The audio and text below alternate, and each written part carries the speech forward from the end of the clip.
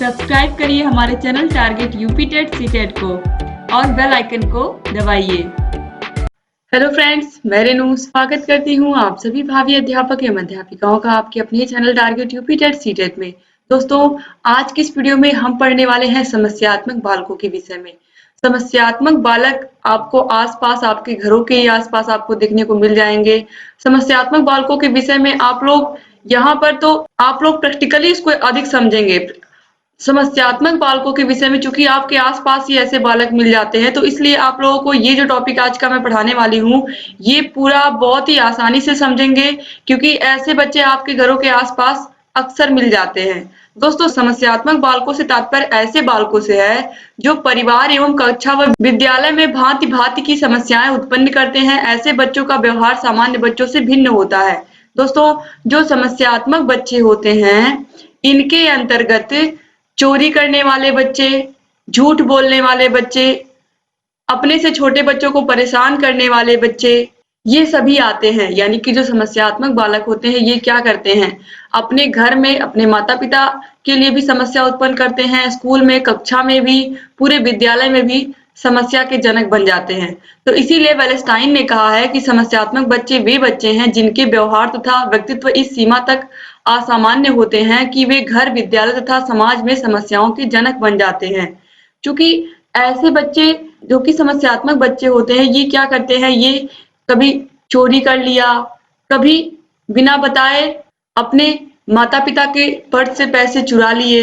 तो ये जो बातें दोस्तों, चाहे अपने सहपाठियों में से किसी के बैग से पैसे चुराना या अपने माता पिता के बैग से पैसे चुराना, ये सभी क्या है, ये बालक आखिर में ऐसा क्यों करते हैं, इसके विषय में भी हमें जानना है। क्योंकि जब हम कारण जानेंगे तभी हम क्या कर पाएंगे, उसका निवारण कर पाएंगे। ये बच्चे झूठ बोलने लगते हैं। आखिर में झूठ इन्हें क्यों बोलना पड़ा, किस रीजन से इतना झूठ बोलने लगे हैं। और आपने अक्सर देखा होगा कि जो समस्यात्मक बच्चे होते हैं, वो अपने से छोटे बच्चों को क्या करते हैं, परेशान करते हैं। कभी रास्ते में रोक करके परेशान करने लगे, कभी स्कूल में इंटरवल के टाइम में परेशान करने लगे। तो ऐसे बच्चों के विषय में आप लोग को ज्यादा बताने की जरूरत नहीं है। जैसा मैं कह रही हूँ कि आप लोगों ने ऐसे बच्चों को देखा भी होगा। आप सभी लोग स्कूल में पढ़ के आए हैं, तो आप लोगों ने भी ऐसे बच्चों का सामना किया होगा और देखा भी होगा। तो यहाँ पर दोस्तों देखिए, अब समस्यात्मक बालकों की पहचान हम कैसे कर सकते हैं, निरीक्षण विधि द्वारा। यानी कि कक्षा में हम सभी बच्चों पर ध्यान देते हैं, कौन सा बच्चा कौन सा क्रियाकलाप कर रहा है, किस तरीके से उसका स्वभाव है, व्यवहार कैसा है अपने आसपास उसके सहपाठियों से। और दोस्तों, जो समस्यात्मक बालक होते हैं, ये किसी का सहयोग करना भी नहीं चाहते हैं, बहुत ही हठी स्वभाव के होते हैं। तो ऐसे बच्चे, यहाँ पर आप देखिए, टीचर जब इन बच्चों का निरीक्षण करते हैं ध्यान से, तो पता लगा लेते हैं कौन सा बच्चा क्लास में समस्या उत्पन्न कर रहा है। और दूसरी चीज आपको मैं बता दूं कि ऐसे बच्चे कहीं छिपे हुए नहीं रहते हैं, ऐसे बच्चे दिख ही जाते हैं क्लास में। और इसके बाद साक्षात्कार द्वारा दोस्तों, यहाँ पर उस बच्चे के विषय में पूरी जानकारी इकट्ठा की जाती है, उसका साक्षात्कार भी लिया जाता है। इससे भी उसकी बहुत सारी मनोवैज्ञानिक विशेषताएं पता चलती हैं, यानी कि किस तरीके का व्यवहार वो अपने आसपास के लोगों के साथ करता है और क्या रीजन है कि वो इस तरीके का समस्यात्मक बालक बन गया है।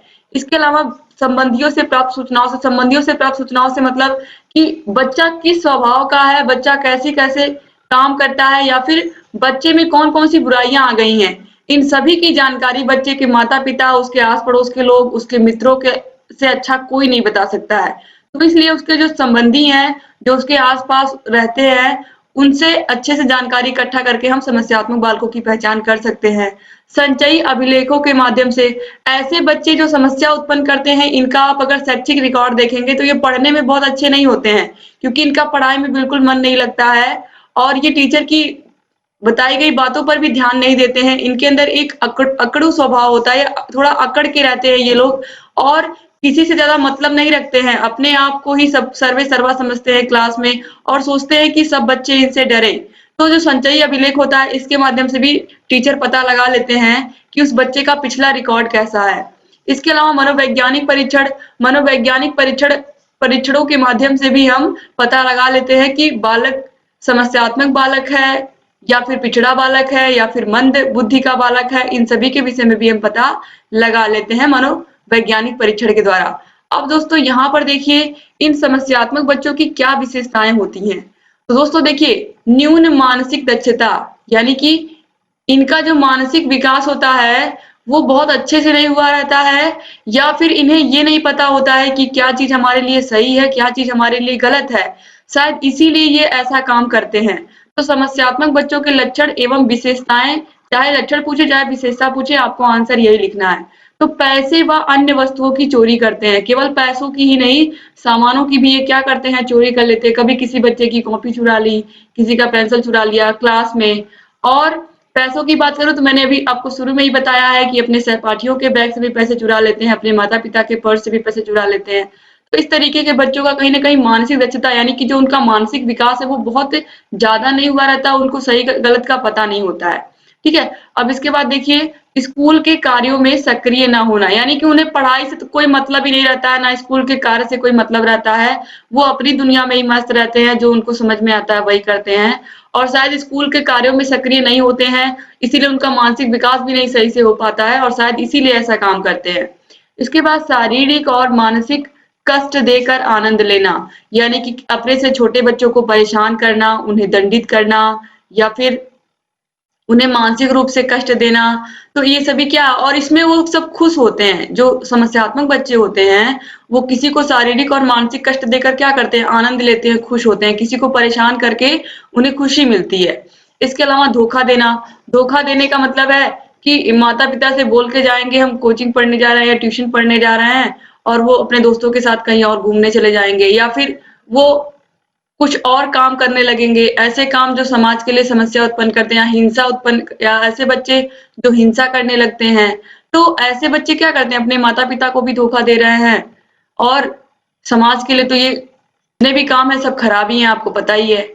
अब देखिए, असहयोग की प्रवृत्ति रखना, और ये सहयोग भी नहीं करते हैं किसी कार्य में। टीचर अगर कोई बात बता रहे हैं, कह रहे हैं कि सभी बच्चे एक-दूसरे का सहयोग करें, कोई ग्रुप वर्क देते हैं, तो ये सहयोग ही नहीं करते हैं किसी बच्चे का, कोई मतलब ही नहीं रखते हैं, वो उनकी सोच ही अलग होती है। इसके अलावा ये बात-बात पर संदेह करते हैं, अपने माता-पिता की बात पर भी संदेह करते हैं। अगर वो कोई चीज़ इन्हें सही भी समझा रहे हैं, तो ये सही नहीं समझते हैं। बुरा आचरण रखना, बुरा आचरण ये रखते हैं, यानी कि इन्हें इन्हें ये नहीं पता होता है कि हमें किस तरीके से बड़ों का आदर करना चाहिए। सुबह-सुबह उठ करके माता-पिता को नमस्कार किया, स्कूल में जाकर के शिक्षक को, अपने गुरुजनों को नमस्कार करना, उनकी कही गई बातों को मानना, ये सब ये बच्चे नहीं करते हैं। अगर माता-पिता ने कोई कार्य भी दिया तो ये नहीं करते हैं, उल्टा माता-पिता से ही ये लड़ लेते हैं। तो इस तरीके के बच्चे बहुत ही बुरा आचरण करते हैं। तो ये समस्यात्मक बालकों की विशेषताएँ। अब इसके अलावा अत्यधिक मानसिक दक्षता का होना। अब कुछ बच्चे ऐसे होते हैं जो न्यून मानसिकता के होते हैं, और कुछ ऐसे भी होते हैं जो अत्यधिक मानसिक दक्ष होते हैं। तो इसमें आप देखिए, मानसिक द्वंद से ग्रसित होना, मानसिक द्वंद इनके अंदर चलता रहता है। ये अपने आप को कभी-कभी सही करने की भी कोशिश करते हैं, लेकिन ये फिर उसी गलत रास्ते पर ही चलने लगते हैं। अप्रसन्न या चिड़चिड़ा होना, ये बच्चे बहुत ही ज़्यादा खुश नहीं रहते हैं कभी-कभी। कभी-कभी ये बहुत अधिक चिड़चिड़े भी हो जाते हैं, क्योंकि इनका जो स्वभाव होता है, जो संवेगात्मक विकास होता है, उसके अंतर्गत ये कभी-कभी बहुत खुश रहेंगे या कभी-कभी बहुत अधिक चिड़चिड़े हो जाएँगे और बहुत अधिक अप्रसन्न हो जाएँगे। लोगों के विरोध का शिकार होना। अब लोगों के विरोध का शिकार क्यों होगे आप? जब आप सामाजिक कार्य नहीं करोगे सही से, यानी कि ना तो आप किसी का सहयोग करोगे, ना तो क्लास में अनुशासन रखोगे। अनुशासन अगर होगा तो उसका विरोध करोगे, और बुरा आचरण रखोगे। तो जब इस तरीके का आपका काम रहेगा तो आप कौन आपका सहयोग करेगा? सब आपका विरोध ही करेंगे, कोई आपका समर्थन करेगा। जब आप अच्छे इंसान नहीं बनोगे तो कैसे कोई आपका सहयोग करेगा? तो सभी लोग क्या करते हैं? विरोध करते हैं, और इसीलिए इन बच्चों को सभी के विरोध का शिकार होना पड़ता है। सीमा से अधिक कठोर व्यवहार का होना, यानी कि जितना कठोर व्यवहार शिक्षक का भी नहीं होता है, उससे ज़्यादा कठोर व्यवहार इन बच्चों का बन जाता है, यानी कि बिल्कुल हठी बन जाते हैं, जिसको हम कहते हैं ना, बिल्कुल ढीठ हो जाना, या कोई कुछ कह रहा है तो वो बच्चे बिल्कुल बातों को सुन ही नहीं रहे हैं, और वो अपनी ही दुनिया में मस्त हैं, ना तो उन्हें किसी की बात माननी है, ना तो उन्हें कोई सामाजिक कार्य करना है, बस जितनी बुराइयां हैं सब भर लेते हैं अपने अंदर ये बच्चे। तो इन बच्चों को सही रास्ते पर लाना एक टीचर के लिए, क्योंकि आप लोग अध्यापक और अध्यापिकाएं बनने वाले हैं जल्द ही, तो आप लोगों को ये जानना है। अब इतनी सारी तो विशेषताएं हो गई, इतनी सारी चीजों से कैसे एक शिक्षक को, किस तरीके से इन बच्चे को इन सभी बुराइयों से बाहर निकालना है। सबसे बड़ी चुनौती एक शिक्षक के लिए है, उसके माता-पिता के लिए भी है, लेकिन शिक्षक के लिए भी है, चूंकि बच्चा स्कूल में आता है, पढ़ता है, तो कहीं ना कहीं आपको भी ये काम करना है कि हर बच्चा अच्छे से शिक्षा ग्रहण करे। इसीलिए उन बच्चों को की पढ़ाई पर ध्यान देना एक शिक्षक की जिम्मेदारी है। और दोस्तों, अब देखिए, इनकी ये जो समस्या ये बच्चों के अंदर होती है, इसका रीजन क्या होता है? आखिर में समस्यात्मक बच्चे क्यों बन जाते हैं? तो समस्यात्मक बच्चे क्यों बन जाते हैं, आइए देखते हैं। समस्यात्मक कारण या समस्यात्मक बालकों के कारण। समस्यात्मक बालकों के क्या-क्या कारण हैं, आखिर में क्यों वो ऐसे बन गए हैं? तो आनुवांशिक कारण। आनुवांशिक कारण में बुद्धि की दुर्बलता या उनके माता-पिता की बुद्धि उतनी विकसित ना हुई हो, जिसके कारण वो उनके बुद्धि में दुर्बलता रही हो, वही बच्चे के अंदर भी आ गई हो। विरासत में मिले दुर्व्यसन। विरासत में मिले दुर्व्यसन का मतलब है कि उसके परिवार में, उस बच्चे के परिवार में जो समस्यात्मक बच्चा बन चुका है आज के समय में, इसके घर में कोई ड्रिंक करता हो, कोई तम्बाकू खाता हो, या इस तरीके से कोई सिगरेट पीता हो, पहले से उसके घर में उसके माता-पिता या उसके जो भी घर में बड़े व्यक्ति हैं, अगर वो लोग ऐसा दुर्व्यसन करते हों, तो वही सब चीजें बच्चा देख करके बचपन में ही सीख जाता है। तो इस तरीके से ये बच्चा समस्यात्मक बालक बन जाता है, ये एक कारण है। फिर है शारीरिक कारण। बहरापन, गंजापन, कम दिखाई देना, ऊंचा सुनना, इनमें भी कहीं न कहीं बच्चे अपने आप को हीन समझने लगते हैं और समाज में जितने गलत काम हैं वो करने लगते हैं। इसके बाद देखिए दोस्तों, तीसरा है सामाजिक कारण। निम्न सामाजिक आर्थिक स्थिति। ठीक है? निम्न सामाजिक या आर्थिक स्थिति, इसमें दोस्तों ये भी एक प्रमुख कारण है। होता क्या है, जब बच्चों की आर्थिक स्थिति खराब होती है, जब वो स्कूल में देखते हैं और सारे बच्चों का अच्छा-अच्छा बैग है, अच्छी-अच्छी कॉपियाँ हैं, अच्छी-अच्छी किताबें सब लेकर के आते हैं, अच्छा-अच्छा ड्रेस साफ-सुथरा उनका रहता है, और ये बच्चे जब अपने आप को कंपेयर करते हैं उन बच्चों से, तो जब वो सारी चीज़ें उनको नहीं मिलती हैं, तो वो क्या करते हैं, गलत रास्ता चूज़ करते हैं। वो हिंसा करने लगते हैं, चोरी करने लगते हैं कि किस तरीके से क्लास में हम इनसे अच्छा बन जाएँ, और इसी तरह वो गलत रास्ते पर आ जाते हैं। तो निम्न सामाजिक आर्थिक स्थिति, और आपको भी पता है कि ऐसे बच्चों का मज़ाक भी उड़ाया जाता है क्लास में, जो थोड़ा-सा कम दिखते हैं, कम अच्छे दिखते हैं किसी से, या फिर उनका ड्रेस उतना नहीं साफ होता, उनके पास किताबें, कॉपियाँ अच्छे से नहीं होती हैं, पेंसिल, रबड़, ये सब चीज़ें नहीं होती हैं। तो ऐसे बच्चों को ये जो थोड़ा अच्छे घर से आते हैं, वो उनको नीचा दिखाते हैं, और ये बात होती है स्कूलों में, जिसकी वजह से ये बच्चे गलत रास्ते पर आ जाते हैं और गलत काम करने लगते हैं। इसीलिए ये समस्यात्मक बालक बन जाते हैं। अब देखिए, उचित देख-रेख का अभाव, आज के समय में ये बहुत बड़ी समस्या बन गई है। उचित देख-रेख का अभाव। आपको भी पता है कि आज चाहे कोई अमीर हो, चाहे गरीब हो, चाहे औरत, आदमी, सभी लोग जॉब कर रहे हैं। अगर कोई मज़दूरी भी कर रहा है, तो आप देखिए हस्बैंड वाइफ दोनों जा कर के मज़दूरी कर रहे हैं।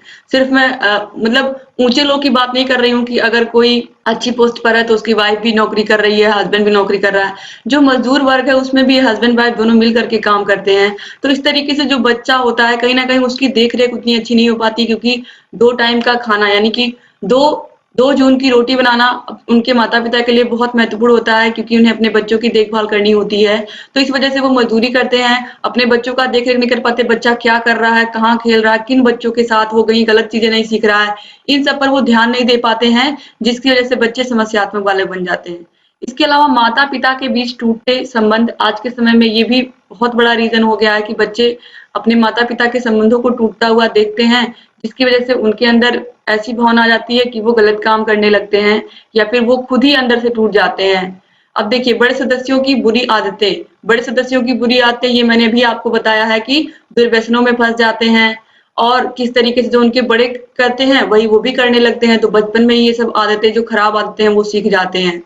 अब इसके बाद है संवेगात्मक कारण। ऐसे बच्चे अंगूठा चूसते हैं, यानी कि बिस्तर गीला करते हैं, चिड़चिड़ापन इनके अंदर होता है, तो ये संवेगात्मक कारण है। अब दोस्तों, इसके बाद इन बालकों की शिक्षा हमें कैसे करनी है, इन बालकों को हमें शिक्षित कैसे करना है, तो समस्यात्मक बालकों की शिक्षा में सबसे पहला जो काम है एक शिक्षक और माता-पिता का, वो है, सबसे पहले माता-पिता की जिम्मेदारी होती है। तो माता-पिता को बच्चों के प्रति प्रेम, सहानुभूति तथा सहयोगात्मक व्यवहार करना चाहिए। यानी कि माता-पिता को उनके जितने भी बच्चे हैं सभी के प्रति प्रेम होना चाहिए, सभी के लिए सहानुभूति होना चाहिए और सहयोगात्मक व्यवहार होना चाहिए। किसी भी बच्चे को आपको हमेशा, अगर गलती कर दी है तो उसके हमेशा नहीं डाँटना है। एक बार गलती की है तो उसे सुधरने का मौका दीजिए, और अगर वो बार-बार वो गलतियाँ कर रहा है, तब आप उसे डाँटिए, तब आप उसे अच्छे से समझाइए। लेकिन एक बार गलती की है तो उसको समझा कर के जाने दीजिए। ठीक है।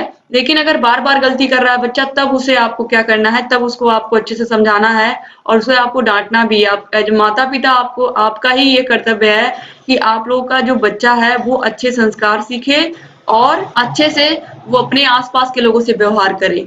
ठीक है। इसके बाद देखिए, बच्चों को अच्छे कार्य करने के लिए प्रोत्साहन तथा पुरस्कार दिया जाए। यानी कि अगर बच्चा कोई अच्छा कार्य कर रहा है तो उसे प्राइज मिलता है, प्रोत्साहन मिलता है, तो बच्चा खुश होता है। तो इसलिए ये भी किया जा सकता है। फिर है, बच्चों को नैतिक शिक्षा प्रदान की जानी चाहिए। जब हम बचपन से ही बच्चों को नैतिक शिक्षा देंगे कि उन्हें सत्यता, ईमानदारी, कर्तव्य निष्ठा इन सब के बारे में बताएंगे, तो वो बच्चे कहीं ना कहीं समाज में अच्छा ही करेंगे और लोगों से भी अच्छा व्यवहार करेंगे। तो नैतिक शिक्षा प्रदान करना बहुत जरूरी है।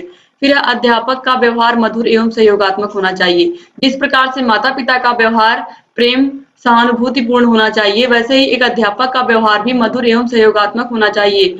ऐसे बच्चों से आपको सहयोगात्मक रूप से ही रहना चाहिए, क्योंकि ऐसे बच्चे, अगर आप अच्छा व्यवहार करेंगे, मधुर व्यवहार करेंगे, इनसे सहयोगात्मक व्यवहार करेंगे, तो अगर आप किसी से भी अच्छे से व्यवहार करते हो, मधुर व्यवहार करते हो, तो वह व्यक्ति आपसे गुस्सा नहीं होगा, वो भी आपकी बात को ध्यान से सुनेगा। तो इस तरीके के बच्चों से आपको इस तरीके से अच्छा व्यवहार करना है इन बच्चों के साथ और सहयोगात्मक व्यवहार करना है। फिर अब बच्चों को मनोरंजन के उचित अवसर देना। हाँ, कुछ माता पिता होते हैं दोस्तों जो बच्चों को बिल्कुल मनोरंजन नहीं करने देते हैं। लेकिन आज के टाइम की अगर मैं बात करूं, तो आज के टाइम में तो धीरे धीरे मोबाइल सब जगह पहुंच जा रहा है, लोग मोबाइल से ये चीजें देखते हैं।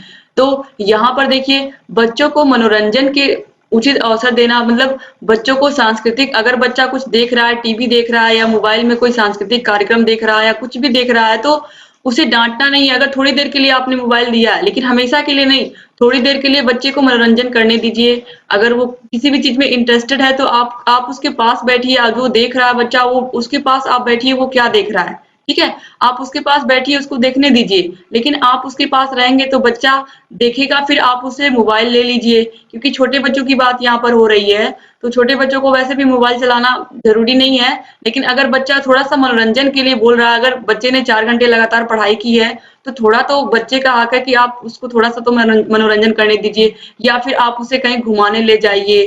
तो इस तरीके से बच्चों को मनोरंजन के उचित अवसर भी देना। ये नहीं कि बच्चा लगातार बस खाली उसको पढ़ो पढ़ो पढ़ो पढ़ो, हमेशा ऐसा नहीं करना है।